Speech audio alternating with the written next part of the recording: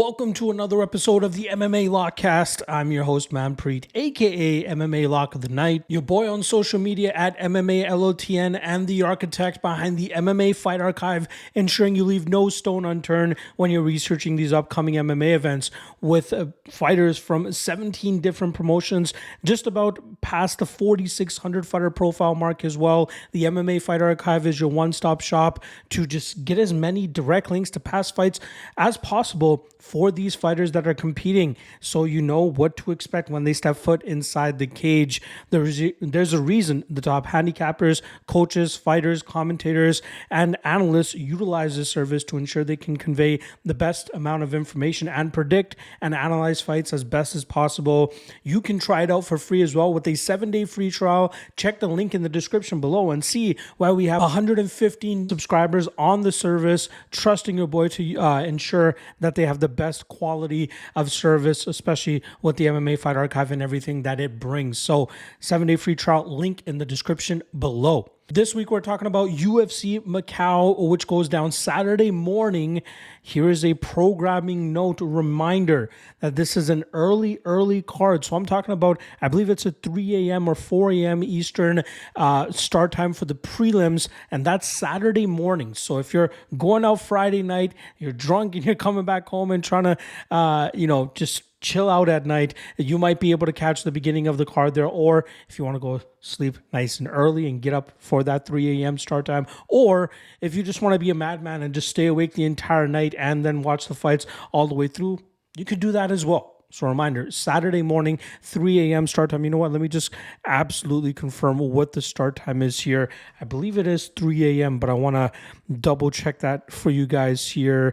3 a.m. start time, so don't get caught napping there. I believe there's a total of 13 fights on the card as well, so there you guys go. All right, let's do a quick recap of this past weekend's UFC 309 card in terms of the lock of the night and dog of the night plays.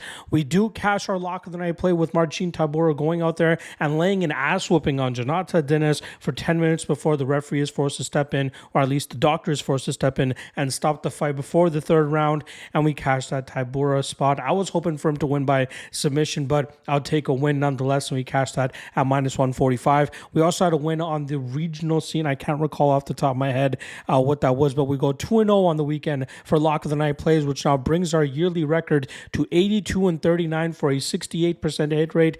Happy with that there in terms of the performance this past weekend. Still a little more work to do in terms of getting closer to 70% by the ending of the year. Not sure if we'll be able to hit it, but at least we're in the profit, which is what is most important to me as well. Dog of the night play does not come through with Jonathan Martinez as he goes out there and performs very un-Martinez-like. That fight primarily took place in the striking realm, and I was very surprised to see him as gun-shy as he was. Maybe he was a little bit scared of the power that was coming back his way from McGee, but very unfortunate that he was unable to get to his kicking game and have as much effect as we've seen him have in the past. So cut up the dog of the night ticket there, and I believe we also lost on the regional dog of the night play as well. So unfortunate weekend there. That now brings our yearly dog of the night record to 45-82 for a 35% hit rate.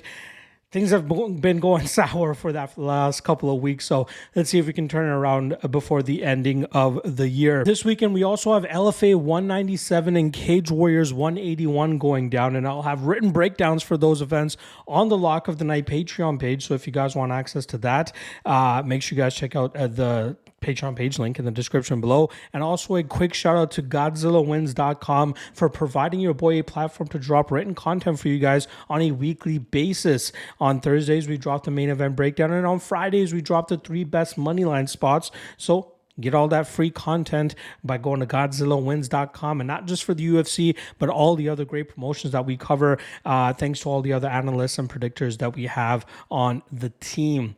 All right. We are going to be talking about UFC Macau, and I believe there's 13 fights in total to talk about, so let's not waste any more time. Let's get right into this bad boy. First fight of the night in the lightweight division, we have Maheshate coming in at minus 190, going up against fellow striker Nicholas Motta, who comes in at plus 165. Now we'll start off on the Maheshate side, who was able to grind out a very close split decision victory over Gabriel Benitez last time around. I believe that fight took place back in January, if I'm not mistaken. Oh, sorry, I'm getting it bit mixed up with something else. But still, a good performance from Maheshate there. Again, a lot closer than a lot of people expected it to be, especially with Maheshate having the power that he had. I thought he would go out there and be able to expose the durability issues that have plagued Benitez's career. Unfortunately, he was unable to do so, but had a strong enough second round and did just enough in the first round to earn that split decision victory. Maheshate had actually aligned with Fight Ready down in Arizona for his last camp, but for this camp, he's gone back to the UFC PI in Shanghai, especially considering that this fight is going down in those neck of the woods. I understand why he's decided to stay on that side of the world.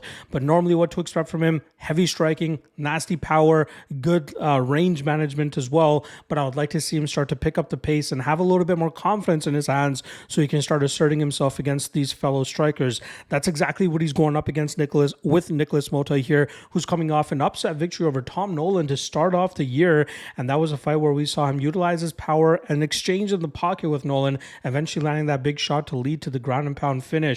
Now, Motta has not had the best UFC career to date. He should technically be 2-3 through his first 5 fights with the promotion, but he was lucky that no contest and premature stoppage against Trey Ogden kept him from having another loss in the loss column. But I do believe that he is a guy that has enough power and should demand enough respect from his opponents in the striking realm, just as we saw last time against Tom Nolan. That could keep him in the UFC, maybe exchanging wins and losses here and there. His durability issues have been kind of the flaw in his game, just as we saw guys like Manuel Torres. Shout out to the OG Miguel Torres, but Manuel Torres and Jim Miller were obviously able to give him many issues and obviously find the finish as well. This is a close fight. This is a closer fight than the odds indicate, in my opinion, but I just do not have enough confidence on the Motta side to take a shot on him and try to take advantage of that value.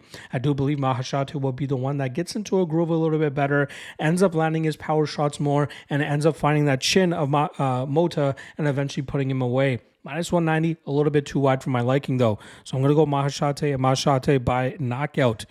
Next up, Zhao Long coming in at minus 135, going up against Kwang Lee, who comes in at plus 115. Long is going to have a huge experience advantage here, over 3.5 times the amount of fights as Lee.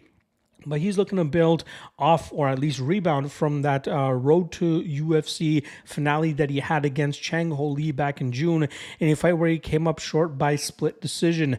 That was a very grueling back and forth matchup with both guys looking to jockey for position, getting some solid control time, getting some solid dominant positions as well.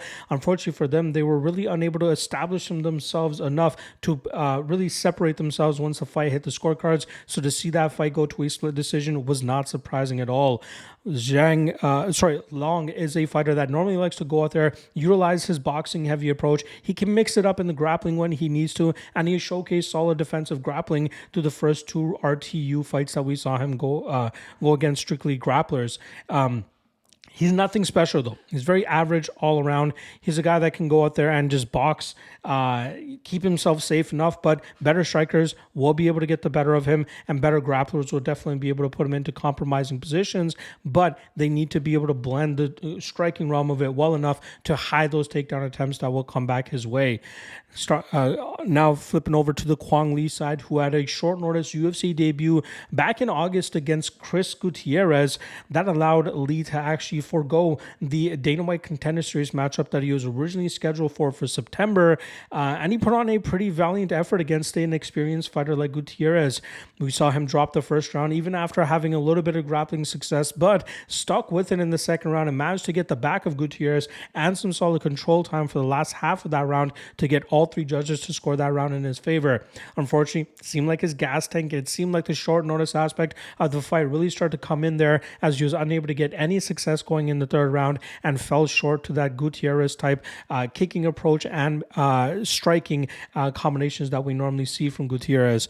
Lee on the regional scene was an absolute menace with his speed and striking approach, utilizing a lot of movement, unorthodox techniques, and showcasing good enough takedown defense, because often opponents are looking to get him there so they can stay away from the striking advantage that he normally held.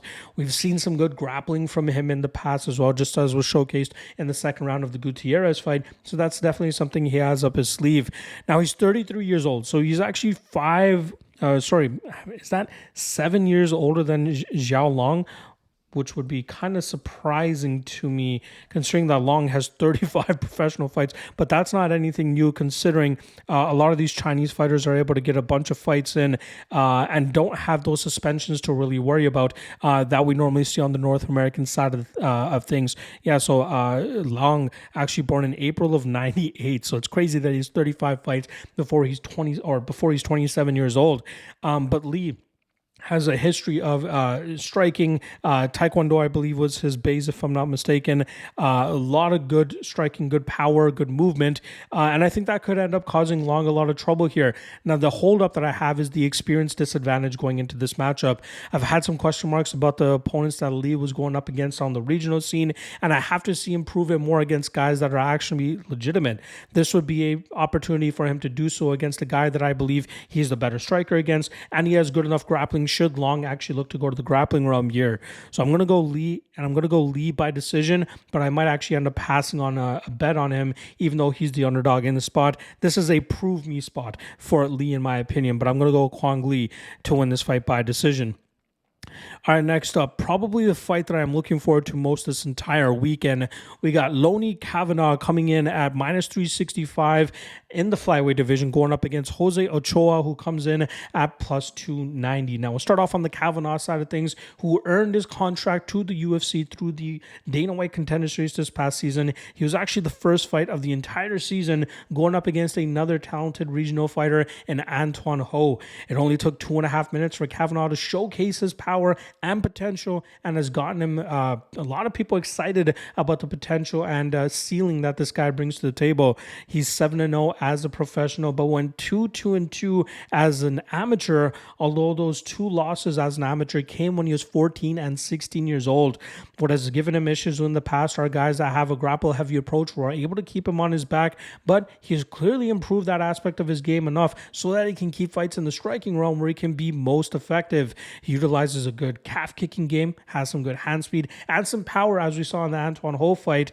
But I wonder if people are getting a little bit too hyped on him because of the highlight reel finishes he has on his record. I think a lot of people are overlooking Jose Ochoa, who is a very solid Latin American prospect as well that not a lot of people know about, considering he only had 1 fight on the LFA scene, whereas Kavanagh was way more known and got a lot more popularity to the Cage Warriors realm. Ochoa was actually a big favorite in his lone LFA fight, going up against an experienced undefeated opponent. He was able to go out there and get that nasty anaconda choke at the ending of the first round to force the tap from his opponents. This guy's an aggressive striker that likes to utilize a lot of movement, a lot of kicks, and tries to dictate the pace by pushing his opponents backwards and utilizing that pressure with his output and his volume, which caused a lot of opponents frustration and an inability to get their own game going. The only knock I have on Ochoa's game is the fact that he is not experienced enough against legitimate opponents. His last opponent, Jocelino Pantoja, was a solid opponent for him to go up against, so I was impressed with what he was able to do and take command in that fight, but we need to see more performances against legitimate opponents before we can really tell what his ceiling is. I do believe that this kid is already deserving of being in the UFC, but the first couple fights will really tell if he has that experience or can garner enough experience to be competitive at this level. His skills are there, his talent is there, and obviously finishing every single one of his opponents and going out there and doing what he should have done against those opponents. He's passed all those tests up to this point. Now, this is a very solid matchup, which a fight that I can eventually see both these guys rematching each other down the road. Obviously, flyweight, not the deepest division in terms of having, the amount of fighters on the roster, like the lightweight and featherweight divisions. So considering that Ochoa, 23 years old, Kavanagh, 25 years old, this is absolutely a fight that could take place or a rematch that could take place in the next 4 to 5 years if these guys are able to build themselves up to getting into the top 10 of the division. Potential that I expect both of them to actually achieve. I am going to have to lean with Kavanagh, though, as the favorite here, but I don't think he should be this big of a favorite. I think the difference maker here is going to be his boxing, his power, and the hand speed that he brings to the table. But don't be surprised if you see Ochoa utilize his range management utilizing his movements and his kicks from distance to keep Kavanagh at bay, and that could cause Kavanagh a ton of frustration and maybe make some mistakes due to that as well. So I wouldn't go parlaying Kavanagh at all here. If anything, I would sit back and just watch this and watch it as a fan. I might take a little bit of a poke on Ochoa because this kind of reminds me of the Hardwick and El Sawadi fight from last season, or the 2023 season of the Contender series, where everybody knew Hardwick because of his time on the Cage Warrior scene, and not so much of El Sawadi, who was a Fury FC champion, who was not getting as much coverage as Hardwick. And we saw a big underdog cash that night, and that could potentially happen here as well.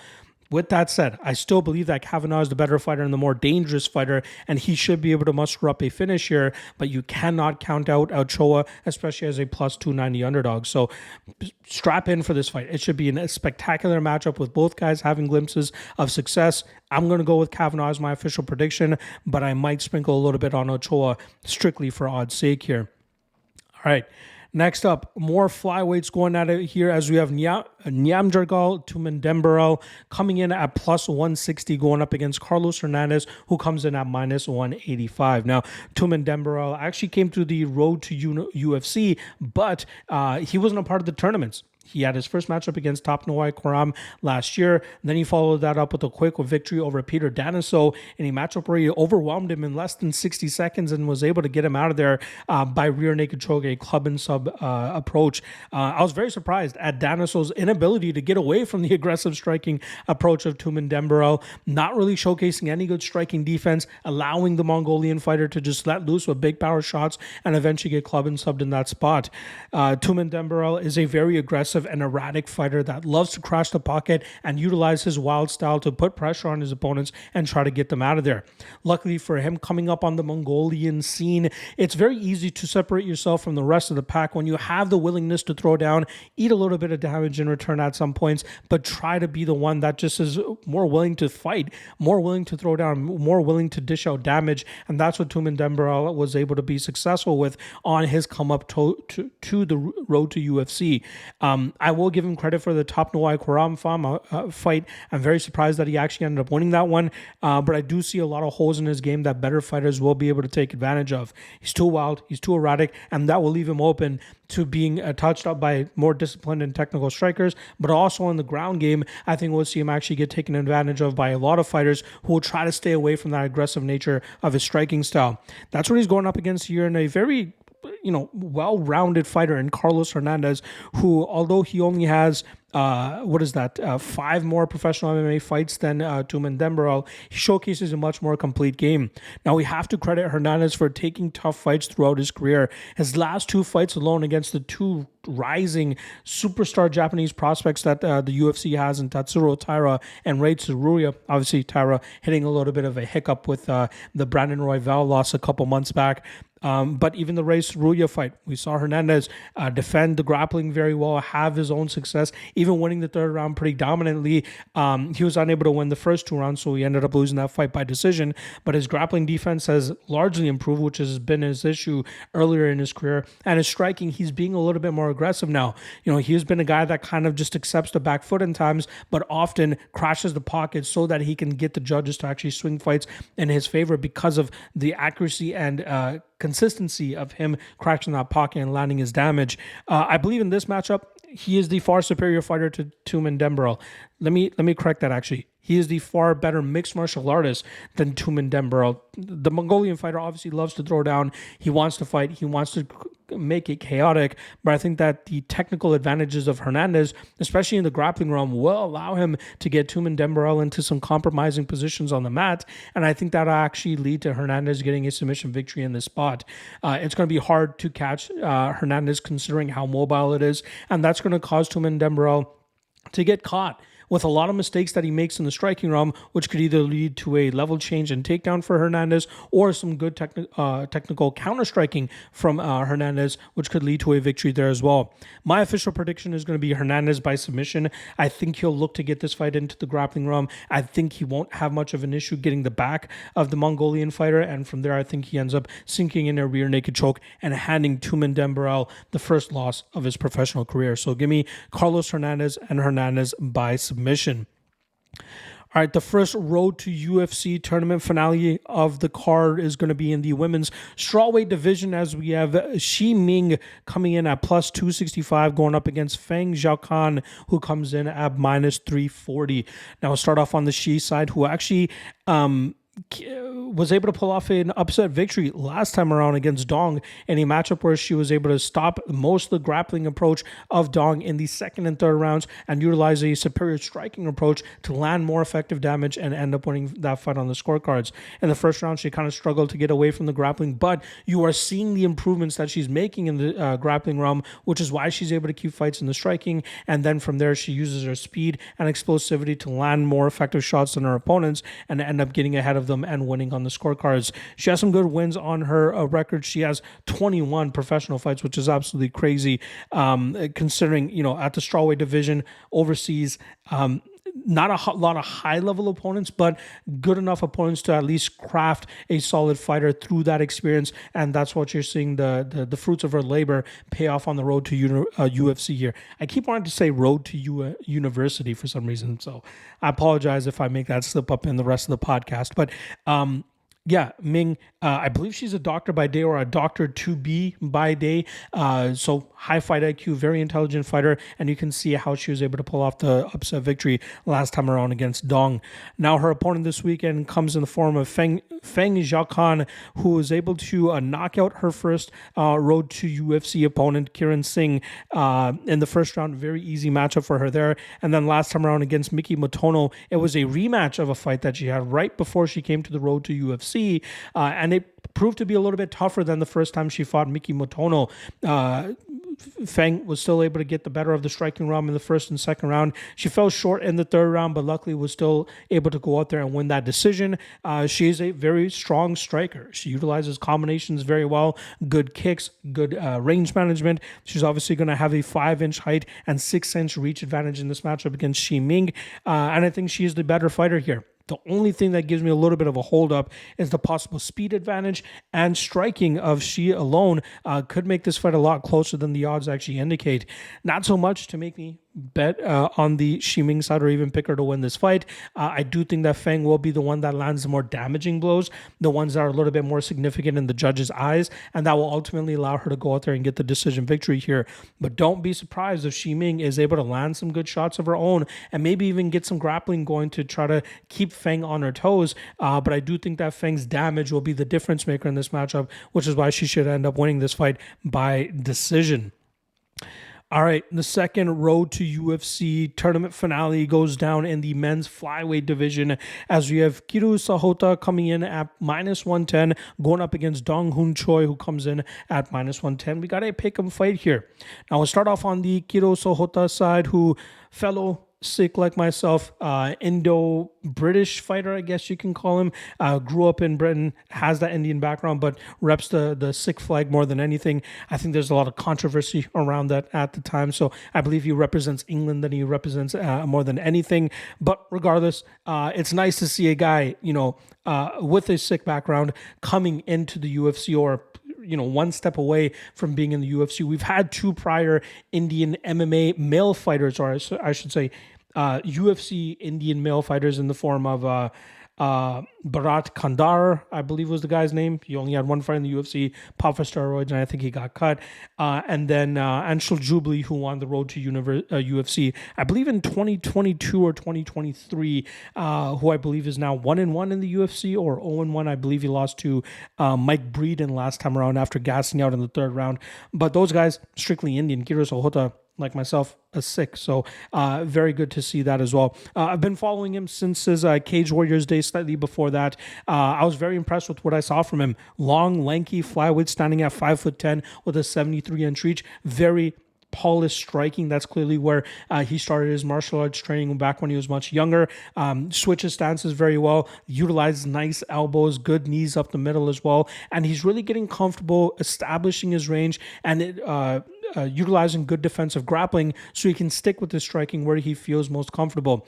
What I like about his style is that even when, first of all, what I like is his improvements. We've been seeing much better takedown defense from him, and then if he does get taken down, he's pretty much immediately throwing up submissions, but also landing nasty elbows off of his back to nullify the top control that his opponent is getting. So the damage is actually in his favor, even though he might end up on his back. But he's at his best in a flow state with the striking, switching stances, landing kicks from distance, some spinning kicks as well he throws in there, his 1-2 down the pipe. The only thing that I would like to see him continue improving besides his grappling is the strength. You know, he's a little bit of a string being at 5'10" at this weight class. I wouldn't be surprised if we eventually see him go up to bantamweight either, but if he's able to just put on a little bit more power so his shots have a little bit more sting and he can actually get the respect of some of his opponents who believe that they can just land bigger shots, we are seeing that confidence grow in him, just as we saw in his first fight against Yin on the RTU.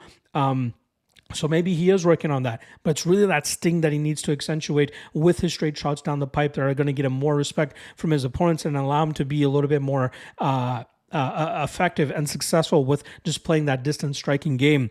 Now, his opponent this week in Dong-Hoon Choi is a very solid prospect from the Korean scene, in my opinion, as well. He's won both of his RTU fights by split decision, but I believe he deserved to win those matchups as well. Last time around against Ungit Bisht, we saw him get bloodied up in the first round with his nose getting busted, but he managed to bounce back in the second 2 rounds, landing more effective strikes, shutting down the grappling of Bisht, and then winning that fight on the scorecards. Good power in his hands, good striking, good speed, his hand speed specifically, and his grappling defense has very much improved, which has allowed him to keep fights in the striking realm where he often has an advantage over his opponents. Now, in this matchup against Sahota, it's a close fight. You know, I completely understand why the odds are at a pick-em price at this point in time, but I have to lean with the size and technical striking advantage of Sahota. You got a 5-inch height advantage as well as a 7-inch reach advantage, and with the more comfort that we're seeing with Sahota in the striking realm, I think that's going to cause Choi a lot of issues. If he continues to land those 1-2s down the pipe, the up kicks up the middle, the high kicks from range, and continues to stay mobile with his footwork, he can make this a very difficult night for Choi. Choi could have some success with the speed and power advantage that he holds in this matchup, but also the calf kicks that he likes to throw, and that's something that I feel like he'll be very intent on throwing in this matchup, especially considering the size and reach disadvantage he'll be at here.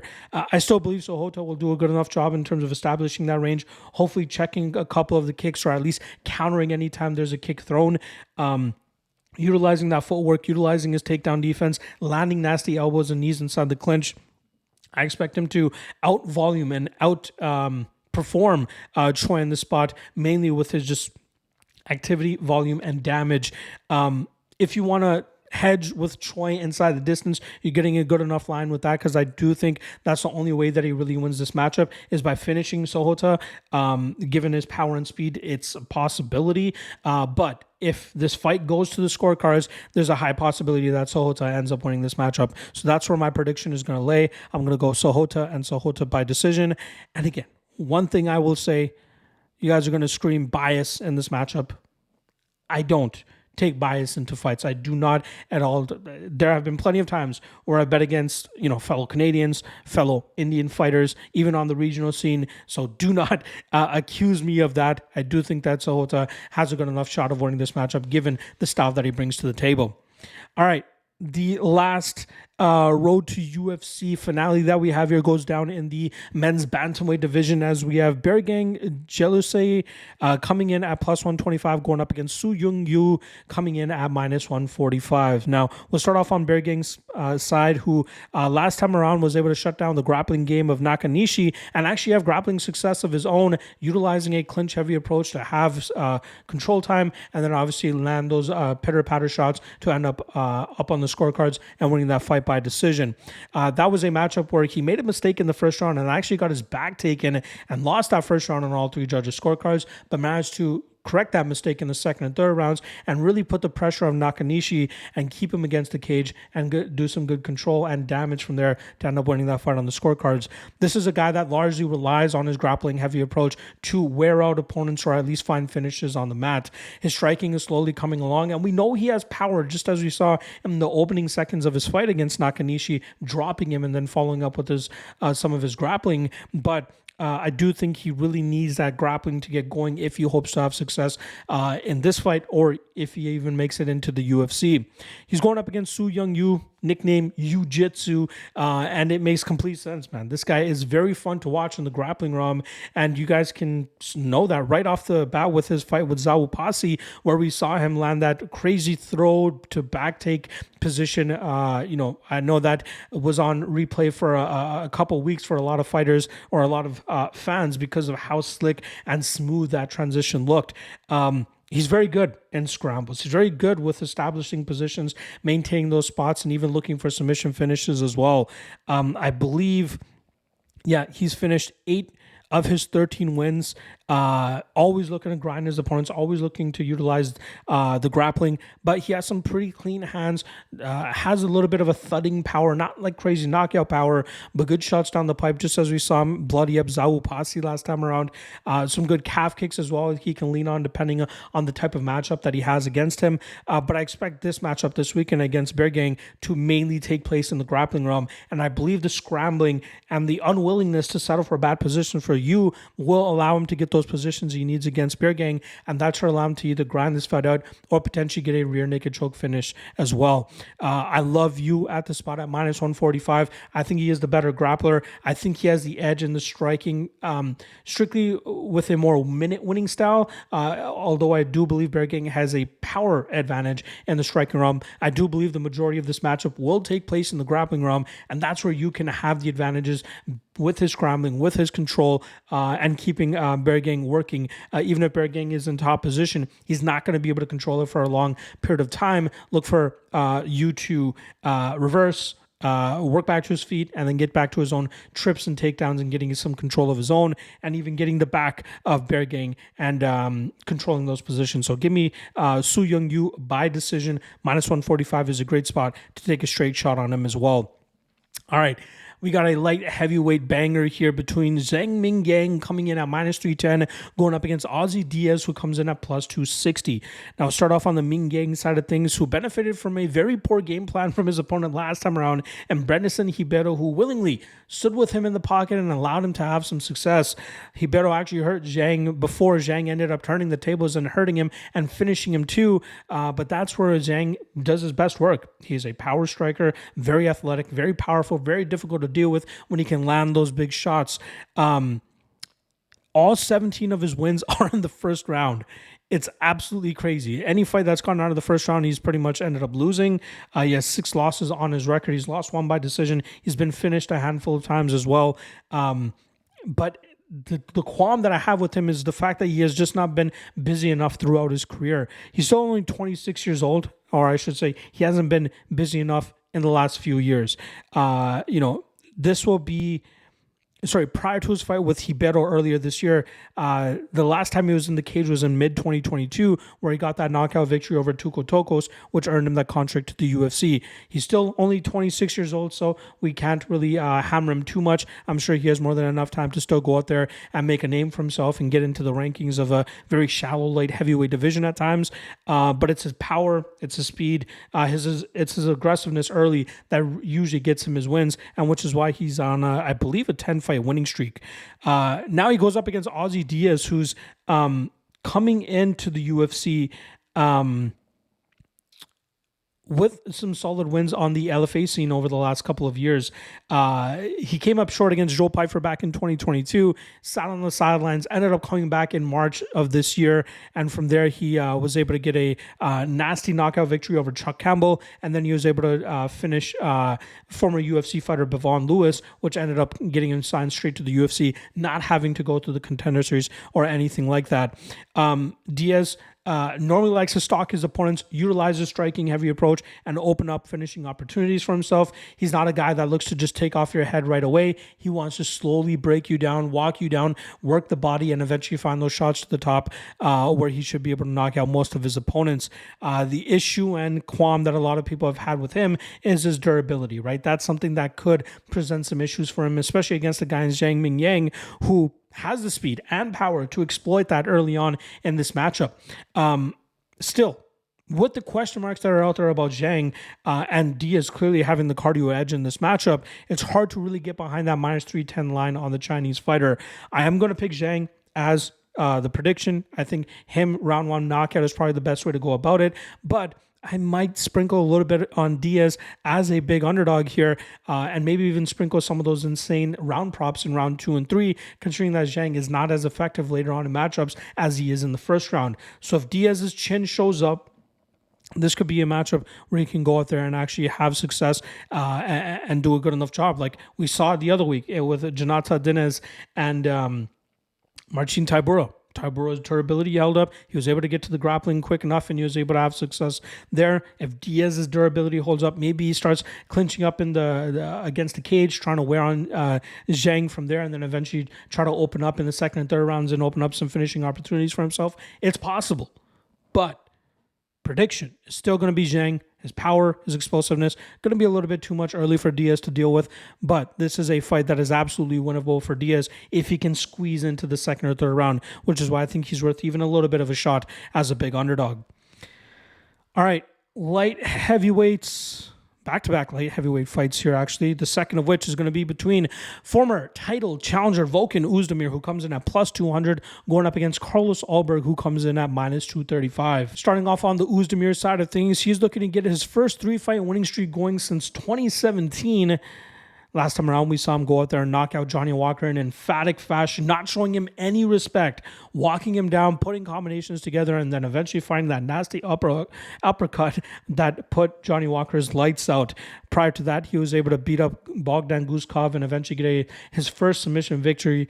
But prior to that was that loss to Nikita Krylov, who was able to do a great job in terms of utilizing a pressure wrestling approach to keep Oezdemir on his back and outwork him, outdo him, and eventually win that fight on the scorecards. Oezdemir, nasty striker. We know he has good power. He has good leg kicks as well when he relies on that. Usually has some good durability, which often sees him go to the scorecards. But he's a little bit slow at times. He's 35 years old. He's getting a little bit up there in age too. But I think superior strikers to him can get the better of him. Just as we saw him, Uncle Live have some success in the striking and eventually get him to the ground. When guys strictly want to strike with him and are faster than him, have better footwork, they're able to get the better of him. And I think that's why we're seeing Carlos Ulberg as the minus 235 favorite here. Not to mention Ulberg obviously being on a 5-fight winning streak too. Last time around, he quickly disposed of Alonzo Menefield, who had the worst game plan to go up against a technical power striker like Ulberg. He just waded into the fire and eventually got himself caught and put away, and Ulberg was able to come away with the win there. Ulberg was actually scheduled to have the biggest fight to date of his career, actually back in June against former champion Jamal Hill. Unfortunately, Hill forced to pull out of that matchup. In stepped Anthony Smith, and then Ulberg ended up pulling out of that matchup. And now here he is going up against former title challenger Volkan Oezdemir. We know what Ulberg's all about, right? Good striking, technical striking, good power, good cardio as well. We see him learn a lot from that first loss that he had in his UFC career, in his debut against Kennedy and Nzechukwu. And since then, we've seen a very clean version of him over his past 5 fights, which have led to him finishing every single one of those opponents, including Da Un Jung by submission in the dying seconds of their 15-minute matchup. In this matchup, I do think he's a cleaner and better striker than Oezdemir. If he can shut down the leg kicks by checking them or countering effectively, he can use his speed and his volume to really touch a Volkan from distance, and I think that could be enough for him to go out there and win this fight on the scorecards. It surely would be something crazy to see Ulberg actually take on Alex Pereira at a certain point, just so he could potentially get some revenge for his boy Izzy. Even though Izzy finished Pereira last time they fought, we know Pereira obviously has a leg up on him. I believe he's 3-1 against Izzy over the course of kickboxing mixed martial arts. There will be some good storylines with Ulberg going up against Pereira if he can position himself closer to a title fight or at least the top 5 of the division, which is absolutely achievable if he's able to get past the experience of Volkan Oezdemir. But I think he does so, and I think he eventually wins this fight by decision. All right, next up, one of the hottest women's flyweight prospects on the rise right now. We got Wang Cong coming in at minus 800 going up against Gabriela Fernandes, who comes in at plus 550. Now, Wang made short work of her last opponent, which was actually her UFC debut against Victoria Leonardo, knocking her out in 62 seconds. She showcased her speed, athleticism, and power in that matchup, landing that perfect shot on Leonardo that put her out completely. Wang is a very decorated and very successful kickboxer, which has led way to a 6-0 professional mixed martial arts start. And she has her eye on potentially fighting Valentina Shevchenko once again. She actually has a win over Shevchenko from back in the day in their kickboxing days. So it'll be obviously another story for her to go up against Shevchenko and position herself to do so. She'll have to get by the likes of Gabriela Fernandes to do so. Her grappling is improving. She has great cardio already. So to see her go 15 minutes and defeat some fighters on the regional scene, including former UFC fighter Yanan Wu, is very encouraging to see and breathe some new life into this UFC flyweight division, especially with that Joker personality she brings to the table. She's a fun fighter to watch, and she is a fun fighter to follow as well. So let's see if she can take it to the top. She'll have to get past Gabriela Fernandes, who was able to buck a 2-fight losing streak last time around by defeating Carly Judas on the scorecards. That was a close-ish fight, but I thought Fernandes landed the more emphatic shots to the first 2 rounds of that matchup to earn the decision victory. She's a boxer as well, or at least a kickboxer, I believe, and that's where she ends up doing her best work when she's able to get into a groove and let her combinations go and get the upper hand on her opponents that way. Unfortunately for her, I think she is very much behind it here against Wang Cong, who's going to be faster, has better cardio, and I think she can eventually open up a round 3 finish for herself.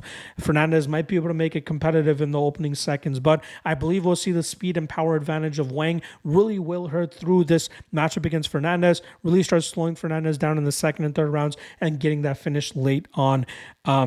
Again, minus 800 is prohibitive. I don't care how big of a favorite you are. I think there was only one time where I played it in a parlay with Dakota Dacheva when she went up against, I can't even remember off the top of my head, but it was earlier this year. But in this matchup, Wang deserves to be minus 800, but I'm kind of moving away from parlaying anything that's over minus 500, minus 600, unless it's a complete squash match. You might be able to categorize this as a squash match, but I'd rather go with Wang inside the distance and maybe take a little bit of a sprinkle on Wang round 3, hopefully. Fernandes making it that far and allowing Cong to cash that ticket for us. So I'm going to go Wang knockout round 3. Our next up, welterweights going at it here as we have Kenan Song coming in at plus 150 going up against Muslim Salikhov, who comes in at minus 175. Now, we'll start off on the Song Kenan side of things, who was able to take advantage of the very deteriorated version of Ricky Glenn that we've been seeing as of late, allowing Song to defend the takedowns that were coming his way from Glenn and then battering him on the feet to win that fight on the scorecards. Song is a very solid striker who, once he gets into his groove, is very difficult to deal with, just as we saw also in the Rolando Bedoya fight. Unfortunately, against Kevin Jousset 2 fights ago, he was unable to get into that groove, and Jousset did a great job in terms of controlling that fight throughout and winning it on the scorecards. At 34 years old, I think Kenan is obviously on the back end of his career, but I do think he is still capable of winning some matchups if he can get to his confident striking style and has the appropriate matchup ahead of him to do so. Luckily for him, he's going up against a guy that's 6 years older than him, and even though Muslim Salikhov picked up a split decision victory over Santiago Ponzinibbio last time, I think the 2 and 3 run over his last 5 fights is slowly showing that his skill set is starting to deteriorate, and it's getting harder for him to come by victories at this stage of his career. Luckily for him, he was going up against a deteriorated version of Ponzinibbio, and that was a close that possibly could have gone Pons' way as well, but Salikhov was able to get enough damage that the judges, 2 of them at least, saw that fight in his favor. He sticks with his Sandow Wushu striking style, utilizing a lot of spinning back kicks to the body and trying to tap into that speed and power that he's had earlier on in his career. We've seen him try to get to the grappling, which is not as effective for him at this stage of his career as it has been in the past, and I think that forces him to strike more than he's willing to at this point. This is a closer fight than I think the odds are showcasing here. I think Song's youth advantage, and I believe his striking will allow him to land some big shots on Salikhov here that could actually lead to a knockout victory as well. I haven't historically been that big on Song in the past, but I think that this is a great moment for him to catch Salikhov as Salikhov is on the way down, and I think that could translate to Song actually getting a knockout victory here. Again, Salikhov might go to grappling. I think Song has improved his grappling enough that he can keep this fight upright. And as long as he doesn't lose faith in himself, and as long as he doesn't, get deterred by maybe some early Salikhov success, he should be able to land the more effective strikes, land those straight shots down the pipe, and end up winning this fight on the scorecards here. So, I'm going to pick Song to win this fight by knockout. Close fight. Love the odds here. Give me a shot on Song Kenan. All right, co-main event time here in the women's strawweight division as we have former title challenger Yan Xiaonan coming in at minus 190, going up against rising contender Tabitha Ricci, who comes in at plus 165. Now we'll start off on the Yan Xiaonan side, who was fighting Weili Zhang last time around at UFC 300, and she only had success in the third round, but ultimately was getting grinded out by the wrestle and grapple heavy approach of Weili Zhang. We saw some obvious improvements in Yan's grappling game through her fights with Mackenzie Dern and even Jessica Andrade, but it was not enough to actually will her to that victory against Zhang. Now in that third round, it seemed like Zhang kind of gassed herself out, grappling as heavily as she would, and we saw Yan have major success in that third round. Unfortunately for her, she was unable to get that going in the fourth and fifth rounds as Zhang seemed to hit some sort of next gear, and that allowed her to get back to the grappling and get close to 6 minutes of control time through those last two rounds to end up winning that fight on the scorecards. We know what Yan's all about. She's about the striking. She wants to get her combinations together.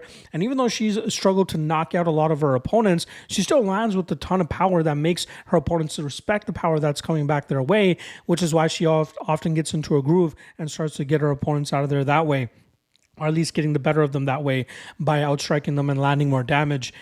We know 35 years old, she's trying to continuously improve that grappling so she can get back into a title shot range. I think that's going to be difficult for her to do. She's going up against 29-year-old Tabitha Ricci, who's on a 2-fight winning streak after defeating Tisha Pennington and Angela Hill over her last 2 fights. And she's a fighter that, she keeps getting close to the top 5, the top 8, but she ends up coming up short. Last time around, it was against Lupita Godinez 3 fights ago. Prior to that, she lost to Manon Fido in her UFC debut, which was up a weight class and on short notice, so we can give her a pass there. But she is clearly rounding out her entire game, which has been very impressive.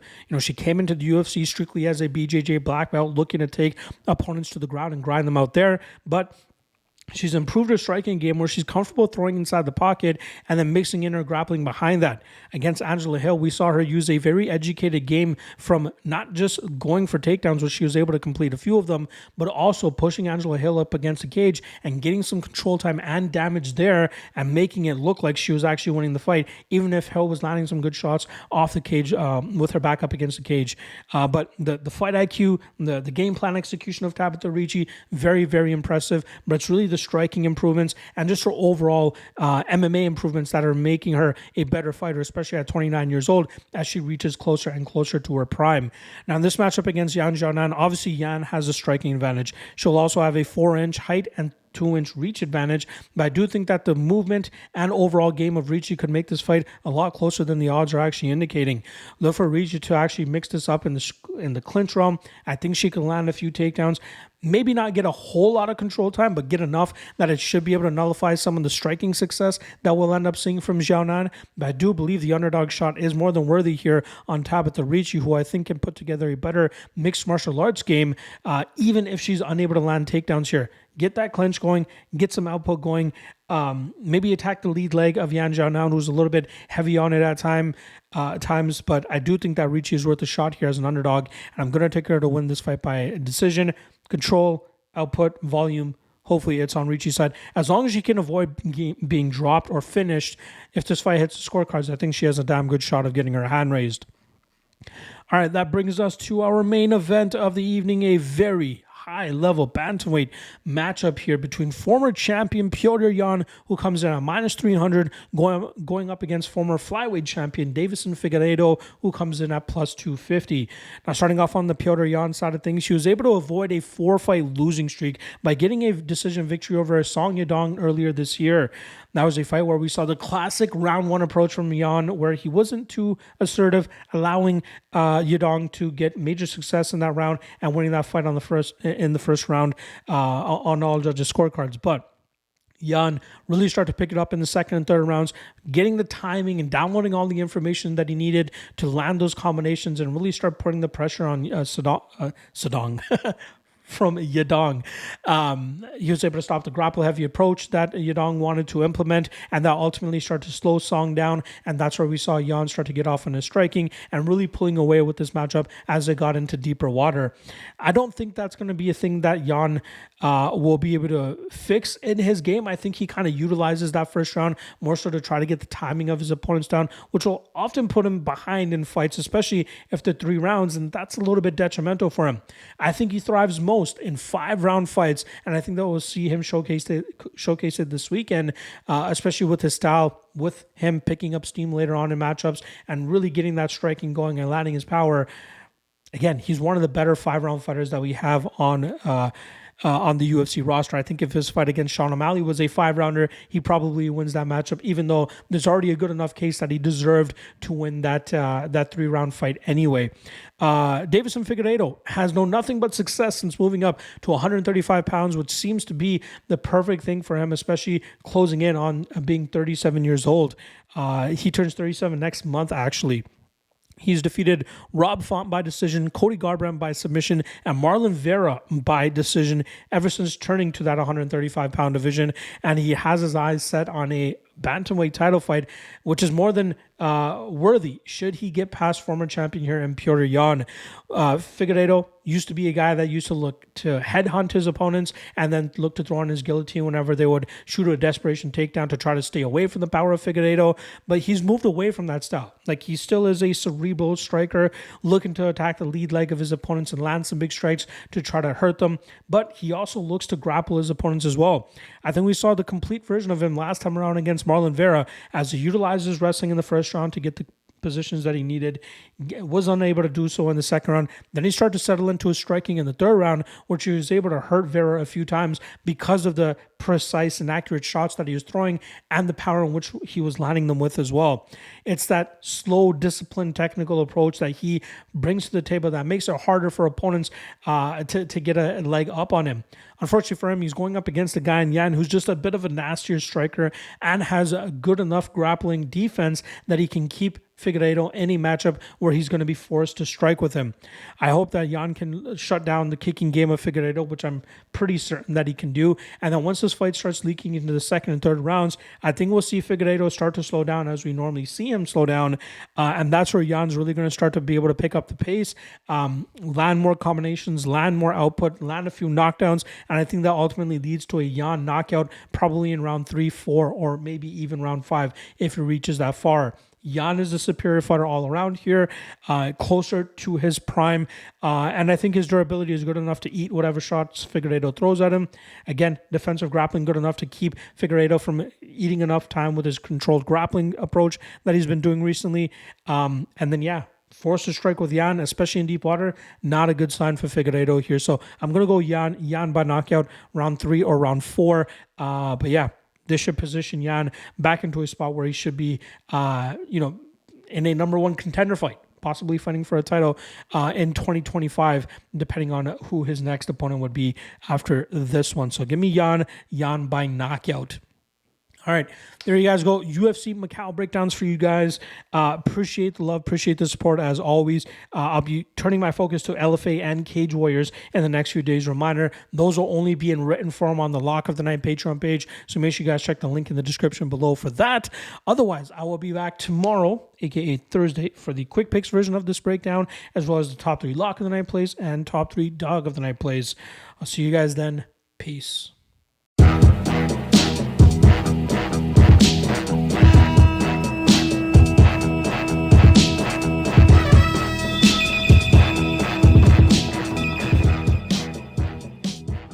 Last thing.